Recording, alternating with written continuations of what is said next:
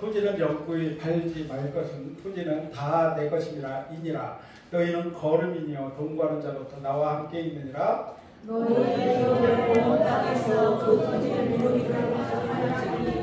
만일 내 형제가 가난하여 그의 기업 중에서 얼마를 팔았으면 그에게 가까운 기업 물을 자가 와서 그의 형제가 판 것을 물을 것이요. 만일 그것을 물을 사람이 없고 자기가 무리하게 되어 물을 똑똑할게요. 시작. 그 판매를 대조하여 그 남은 값을 자기에게 주고 자기에게 물리고 물릴 것이니라. 8절. 그러나 자기가 모르는 힘이 없으면 그 판 것이 희년이 이르기까지 산자의 손에 있다가 희년에 이르러 돌아올지니 이것이 곧 그의 기업으로 돌아갈 것이니라. 아멘. 이 말씀을 주면 여러분들은 아이들한테 어떤 말씀을 전할 수가 있을까요? 예, 누구든 말씀을 전할 수 있는 실력자가 돼야 돼요. 그러면 제자가 되는 거고, 그 다음에 제자가 된 다음에는 그냥 계속 제자와 채택자이면 부족관계가 되잖아요. 그걸 넘어서 형제자매, 형제자매가 되고, 그러다가 동역자가 돼야 되는 게 이 교회가 그렇게 성장해 나가는 거거든요. 이 본문을 이렇게 하면서 과연 이 본문을 주면 여러분들은 어떻게 복음으로 연결시킬까, 어떤 식으로 생각을 할까 궁금을 저는 자아내렸어요. 그래서 오늘 추수감사절인데 땅을 한번 생각을 해봤습니다. 땅을 이렇게 보면 나는 저 수많은 땅 중에 나는 이렇게 땅이 한 폭도 없을까. 또 저기 서울에 가면 아파트가 그렇게 많은데 나는 왜 이렇게 아파트 하나도 없을까. 그렇게 자책했던 적도 있었는데 아파트에 있었던 적이 있죠. 집이. 근데 욕심이 가해서 그게 담보 잡혀가지고 다 넘어간 거죠. 분명히 기회는 줬어요. 근데 그게 욕심이 더 크게 하다 보니까 다 잃게 돼서 땅도 잃고 집도 절도 없이 방황하다가 이곳에 왔습니다. 여러분도 저를 거둬주셔서 너무 감사해요. 보니까 땅 때보다도 되게 이뻐요. 색이 조화가. 다들 들어오면서 하는 소리가 파를 먼저 봅니다. 어머, 파도 많네 하면서 파를 보고 즐거워하는 모습을 보면서 참 신기했어요. 나는 그래서 저는 어제 양계장 가서 계란 10번 먹었어요. 여러분들 이따 가져가세요. 이거 보고 쌀도 뒤에 여러분들 못 가져가게 쌀은 뒤에 감춰놨고요.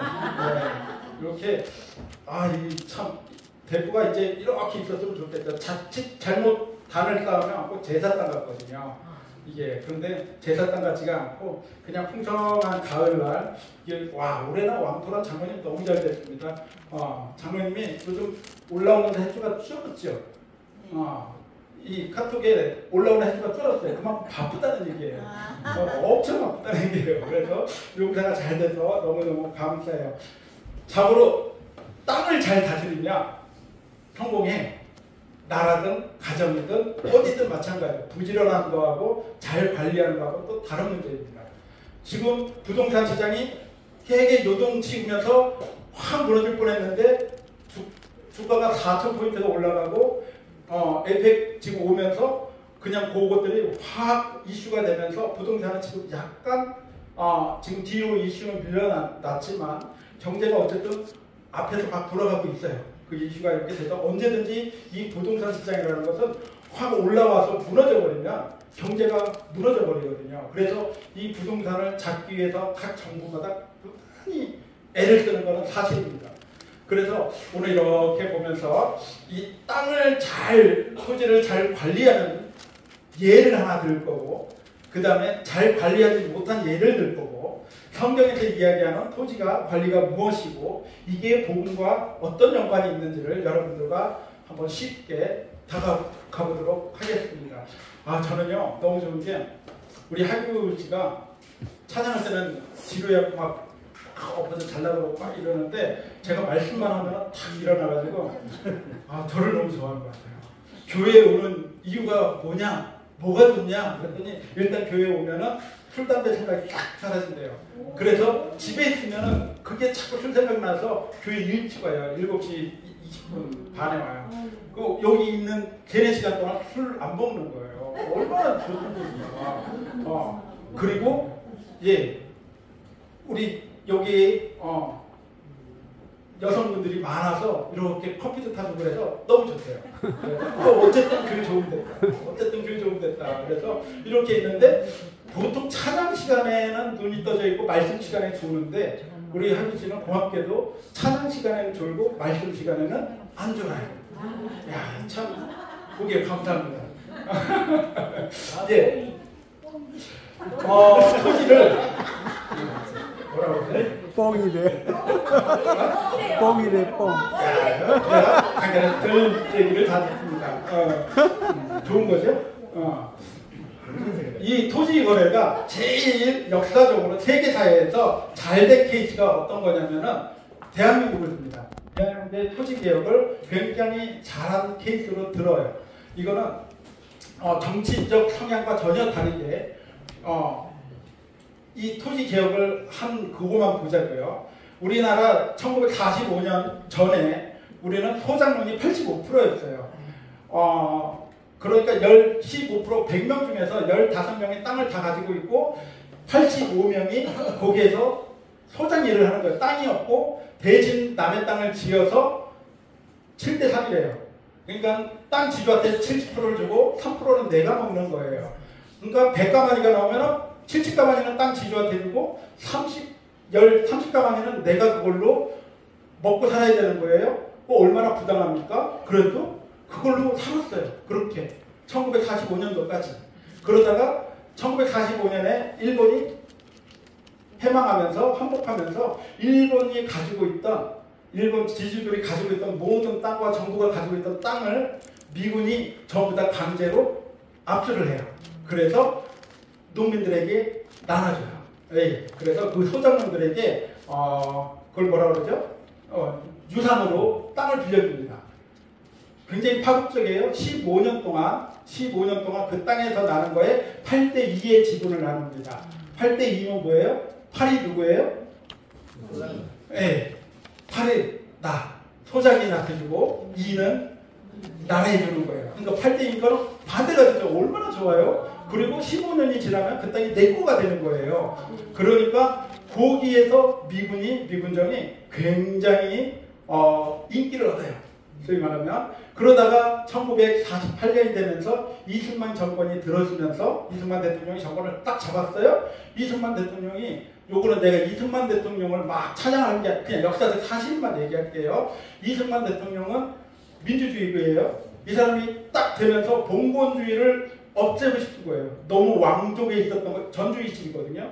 근데 자기의 그런 왕족을 다 봉건제를 차파하고 미국식의 민주주의를 가지고 오고 싶어요. 그런데 토지개혁이 꼭 필요한데 토지개혁은 이 미군 민주주의에서 할 수 있는 게 한계가 있어요. 그래서 조봉환 선생님을 초대 농림부 장관으로 세웁니다. 농림부 이분은 공산주의자예요. 소위 말하면 좋게 말하면 진보주의자고 사상은 공산주의자인데 이분한테 이승만 대통령이 토지 개혁을 해야 되는데 자네가 필요하네. 그러니까 이분은 반대합니다. 안 됩니다. 나랑 사상이 같지가 않기 때문에 안 됩니다. 그런데 땅만큼은 자네가 필요하네. 그래서 이 조봉환 선생님을 초대 농림부 장관으로 세워요. 그래서 이분이 딱 한 게 유상 매입, 유상 분배를 하는 거예요. 그래서 이 한국인이 이제 일본인이 갖고 있던 땅은 다 정리가 됐고 한국인이 가지고 있는 땅 중에서 9,000평 이상의 농사를 짓지 않는 그 땅 주인들한테 땅을 헐값에 매입을 하는 거예요.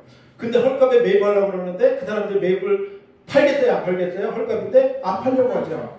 그러니까 거기에 대해서 보상을 해주는 거죠. 나라가 이제 재건할 때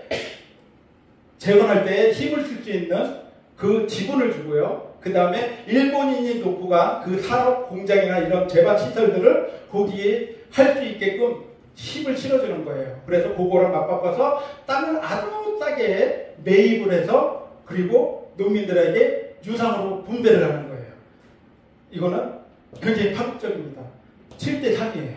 5년 동안 그 땅에서 100가마니를 얻어서 30가마니는 정부에 주고 70가마니는 내가 갖고 5년 동안 농사를 하면 그 땅이 내 거가 되는 거예요.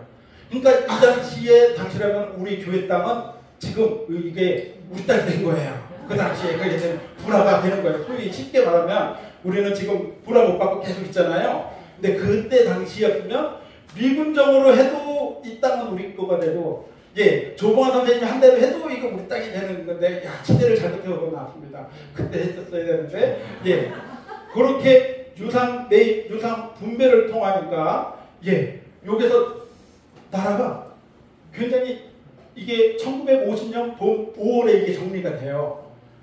조봉환 선생님 물론 6개월 만에 잘려요. 막 해서 이거 공산주의 막 해가지고 참 안타까운 말들이 많은데요. 넘어가고 어쨌든 그게 정리가 되는 게 1950년도 5월달에 모든 게 땅 토지 개혁이 이루어집니다. 그런데 6.25가 언제 일어나요? 6월. 그렇죠. 6월에 6.25죠. 그러니까 5월달에 토지 개혁이 됐는데 6월 25일 날 전쟁이 터져요. 전쟁이 터져서 김일성이 내려오기만 하면 모든 서장군들이 일어나서 봉기를 들고 김일성을 찬양할 줄 알았어요. 그런데 6.25 때 쳐들어가고 금방 서울 수복되고 금방 밑으로 계속 내려가는데 소장군들이 안 도와줘요. 왜요? 소장군들은 벌써 약속이 됐거든요. 내가 조금만 5년만 버티면 이 땅이 내게가 되는 거예요. 여태까지 그 85%의 우리 할아버지 때, 고조 할아버지 때도 내가 갖지 못한 그 땅을 이제 내가 5년만 지고 있으면 이 땅이 내 땅이 되는데 이 땅을 지키기 위해서 싸우기 시작하는 거예요. 그러니까 나라를 위해서 싸우는 게 아니라 땅을 지키기 위해서 사는 거예요. 그래서 내가 피난 절대 안 간다. 이 땅은 내가 지켜야 된다. 그런 투지가 생기는 거죠. 동기부여가 되는 거죠. 우리 아버지 고향이 영광이에요. 영광이 이렇게 가면 그 순교자탑이 있거든요. 정말 많은 사람이 야오리 교회 성도님들이 거기에서 예수 믿어서 죽은 것도 있는데 지주예요. 이 지주들이 또 예수님을 잘 믿어서 교회를 잘 다녔어요. 그래서 거기 있던 종이라고 그래야 돼요? 누비라고 그래야 돼요? 그 일했던 그분들이 다 잡아다가 그냥 바다에다가 돌 묶고 빠뜨리고 대창을 밑에다 끼워놓고 그냥 거기다 꽂아놓고 바다가 들어오면 들고 그게 다 있어요. 그때 우리 아버지 친척분들도 많이 돌아가셨어요. 그러니까 그런데도 불구하고 거기에 넘어가지가 않아요. 이 땅을 내가 지켜야 되니까. 그래서 이루어진 게 토지개혁으로 딱 1900 전쟁이 끝나고 휴전선이 그어지면서 이승만 대통령이 재집권할 수 있는데 압도적으로 갈 수 있는 영향력을 미쳐요. 그래서 이 토지개혁을 통해서 딱 뭐가 됩니까? 이제 세수를 많이 거둘 수 있게 된 거예요. 소장론들한테는 세금을 안 걷어요. 지주한테는 거두는데, 그러니까 이 자장론들이 많아지니까 그들한테 세수를 얻을 수 있는 그게 기반이 되고, 그 다음에 두 번째는 그 땅 유지들한테 기회를 줬잖아요. 도시 건설할 수 있게끔 기회를 줬고, 철도, 운항, 그 다음에 철강 산업 이런 것들의 산업의 일부를 할 수 있는 그 기회를 줘서 새로운, 예전에는 농사만 지었던 것들이 이제는 새로운 형태로 나라로 이끌어갈 수 있게, 일을 할 수 있게끔 그런 기회가 생겼고, 가장 중요한 것은 교육이에요. 땅을 매입하는데 그 교육재단을 가지고 있으면 그 땅은 제외시키는 거예요. 9,000평 이상의 땅 뭐 이렇게 매입하는데 학교 있어? 교육기관 있어? 그러면 그거는 그 땅은 제외가 돼요. 그러니까 뜻이 있는 그분들은 그 땅을 사립학교를 많이 짓게 된 겁니다. 그래서 사립학교가 지어지면서 초등학교가 의무교육이 되고, 그렇게 하면서 많이 교육을 힘쓰고 애쓸 수 있는 기틀이 마련되면서 세수도 또 산업도 또 교육도 이게 나라가 갈 수 있는 밑거름이 되고, 또 전쟁에서도 내가 지킬 수 있는 동기부여가 돼서 나라를 지킬 수 있는 힘이 되고, 이런 장점들이 있어요. 그래서 요걸 가지고 베트남 전쟁이 일어났을 때 미군이 이 토지 개혁을 해서 이 어디죠? 그 베트남은 90%가 다 소농장이에요. 소작이에요, 소작이. 그래서 그들을 통해서 대한민국처럼 얘네들한테 기회를 줘서 국민들한테 이끌어줘야 되는데, 거기에 있던 정부 관료들이 절대 반대하는 겁니다. 이 땅이 다 내 건데 이거를 나눠준다는 거는 있을 수가 없거든요. 그래서 반대를 해서 결국은 낮에는 베트남에 있다가 저녁에는 베트콩으로 갔다가 그렇게 되니까 국민들이 하나가 안 되니까 결국은 베트남 전쟁은 지게 돼요. 공산당한테 지게 돼요. 그러니까 이 토지 개혁을 통해서 나라가 확 하나로 뭉칠 수 있는 분명한 기회인 것은 사실이에요. 그래서 다 필리핀도 그렇고 인도도 그렇고 동남아 지역 여러 지역도 그렇고 중남미도 그렇고 다 토지개혁을 대한민국처럼 하려고 했는데 다 실패로 돌아가요. 그리고 토지개혁을 성공한 나라는 딱 세 나라입니다. 한국, 일본, 대만. 요 세 나라만이 토지개혁이 성공하면서 나라가 경제적으로 틀을 잡을 수 있게끔 된 것이 토지개혁이 그만큼 중요한 거예요. 그래서 대한민국의 토지개혁을 세계사적으로 요거는 인정하고 들어가는 부분이 요거 하나입니다. 그래서 토지개혁 성공한 예가 하나. 이제 토지개혁을 실패한 예를 들어갈게요. BC 4세기경 313년에 기독교가 콘스탄티누스에 의해서 교회가 공인이 되는 거예요. 국교가 되는 게 아니라 이제 마음 놓고 기독교 믿어도 돼, 예수 믿어도 돼라고 공표를 한 것이 이제 이단이 아닌 거예요. 그래서 음지에 있던 기독교가 양지에 올라오면서 전반적으로 사회에 기독교가 굉장히 좋은 영향을 끼치고 있었어요. 기독교인 하니까는 굉장히 거짓말 안 하고 성실하고 그 다음에 근면 성실하고 그 다음에 시국적으로 최고로 치는 거예요. 기독교 여자들은 되게 정결해. 그래서 많은 돈 있는 사람들이 기독교인들을 친구로 맞고 싶은 1순위가 바로 기독교인이에요. 그래서 이 기독교인들이 그렇게 사회적으로 인정받고 여러 가지 고용주들에 의해서 인정을 받으면서 기독교가 점점 0.1%에서 10%, 30%, 50%, 60%까지 쫙 어마어마하게 기독교 국가가 돼가고 있는 거예요. 그러니까 기독교가 많아지니까 뭐가 많아져요? 돈이 많아져요. 돈이 많아지니까 뭐예요? 땅 사요. 또 돈이 많으니까 뭐예요? 고리대도 먹으래요. 돈 빌려주고 절대 하지 말아야 될 것들을 그냥 이들은 그냥 거기에 마음 갖게 그냥 좋아서 그냥 땅을 사서 다른 사람들이 했던 이방인들이 했던 그 짓을 기독교인들이 그 땅을 7대3으로 그런 지주들의 나쁜 지주들의 모습으로 계속 변질되고 합니다. 당시에 5세기, 6세기에는요. 여러분들 사우디아라비아, 이란, 이라크, 그 다음에 터키라고 그러면 무식한 거죠 지금. 트리키에라고 해야 되는 거죠. 트리키에요.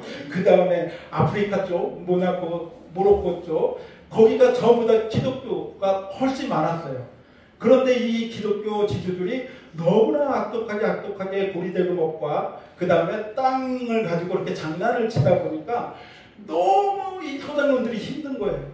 기껏 일해서 우리는 열심히 일해서 100가만이는 70가만이는 이 기독교인들한테 주고 자기네들은 30가만이 가지고 또 살아야 되고 그러니까는 이것도 공부해야 되고 뭐 해야 되고 너무 불만이 많은데 할 수가 없어요. 돈이 없으니까.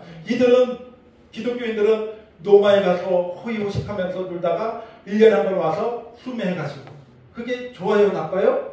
나빠요. 누가 그랬어요? 기독교인들이 그랬어요. 그러다 보니까는 7세기에 623년에 이슬람 혁명이 일어나요. 그 모하메드가 깊이 이게 원래 국경을 넘나들면서 이 장사했던 상인이에요. 장사했던 이 상인에 불과했던 이가 많이 고뇌를 합니다. 야, 이게 타당한가? 이게 타당한가? 그래서 깊은 물 속에 들어가서 기도하는 중에 영감을 받아서 가브리엘 천사가 나타나서 그에게 말씀을 전해주죠. 그 말씀을 전해준 게 바로 코란이라는 거예요. 그래서 한 손에는 코란을 들고 한 손에는 칼을 들고 농민 혁명을 일으킵니다.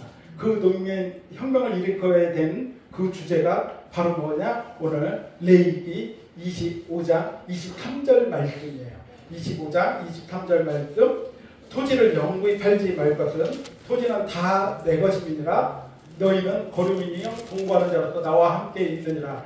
이 말씀 가지고 토지는 영구히 팔지 말고 토지는 내 것입니다. 여호와 하나님 것이다. 알라의 것인데 왜 지주들이 땅을 가지고 이렇게 팔고 땅 가지고 이런 나쁜 짓을 하느냐. 그래서 이거를 들고 공기를 일어나서 이슬람 혁명이 성공을 하면서 불과 100년도 안 된 사이에 중동 지방이 그 다음에 서아시아 터키 밑에 지방이 아프리카 지방이 그리고 인도네시아에 있는 동남아시아까지 넓게 퍼지면서 그들이 여기에 동조하는 거예요. 소작농들이 많으니까 이게 맞는 거예요. 이 땅은 여호와 것이 알라의 것이지 왜 지주한테 우리가 휘둘리느냐? 왜 그렇게 됐어요?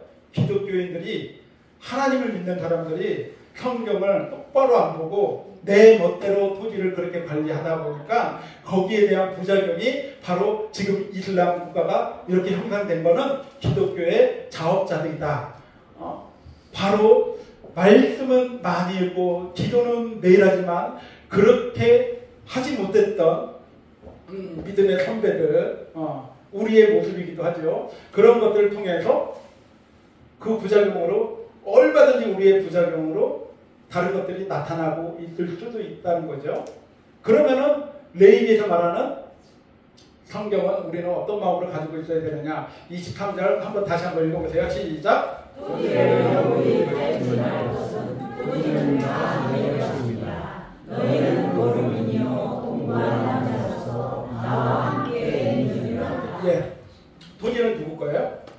그러니까 하나님께서는 천지를 창조하시고 땅은 사용권을 주는 거예요. 사용권을 준 거지. 이것은 사용권을 줬는데 이것을 사거나 팔거나 하면 안 되는데 우리는 사거나 팔거나 해요, 안 해요? 해요. 근데 이때 레위기를 지을 때는 모세가 내가 너희들이 이제 가나안에 들어가면은 이제 제비를 뽑아서 너희들의 땅이 분배가 될 거야. 그래서 땅을 분배를 해요. 제비 뽑기를 해서. 그래서 12지파 중에서 4지파는 빼고 11지파가 딱 보입니까? 예, 그게 됩니다. 요단강을 건너기 전에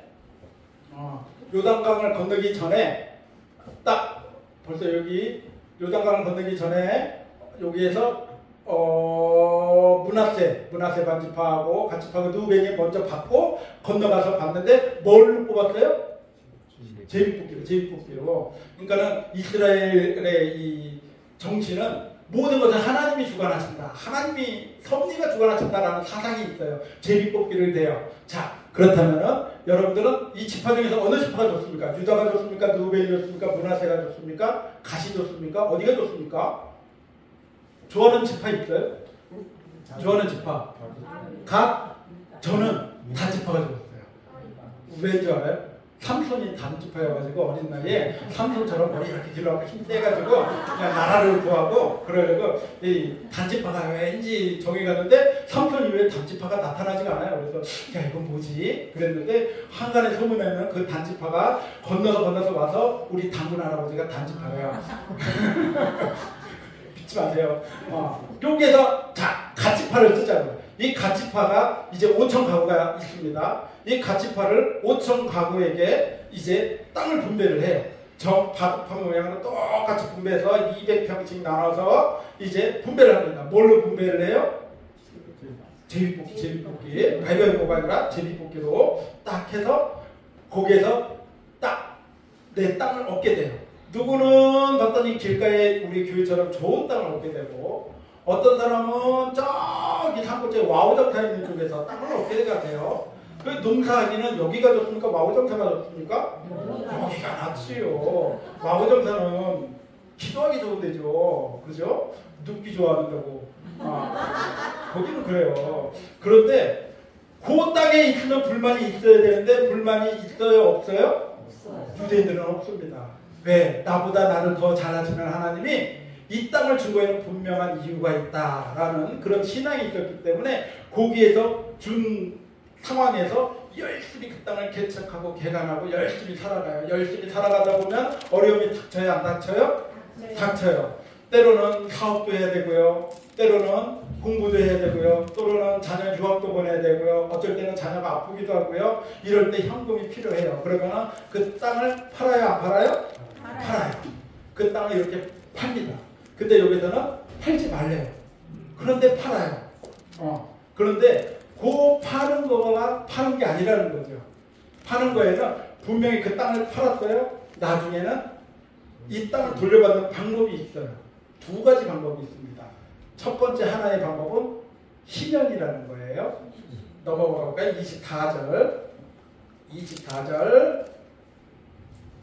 볼게요. 시작. 너희 기업에 온 땅에서 그 토지 무르기를 허락할지니, 이거는 토지 무르기는 이따가 설명해 드릴게요. 그 다음에 만일 내 형제가 가난하여 그의 기업 중에서 얼마를 팔았으면 그의 가까운 기업 물을 자가 와서 그의 형제에게 판 것을 물을 것이요 라고 나오고, 28절에 볼게요. 28절. 그러나 자기가 물을 힘이 없으면 그 판 것을 희년에 이르기까지 산자의 손에 있다가 희년에 이르러 돌아올지니 그것이 곧 그의 기업으로 돌아갈 것이니라. 50년 동안 참으면 돼요.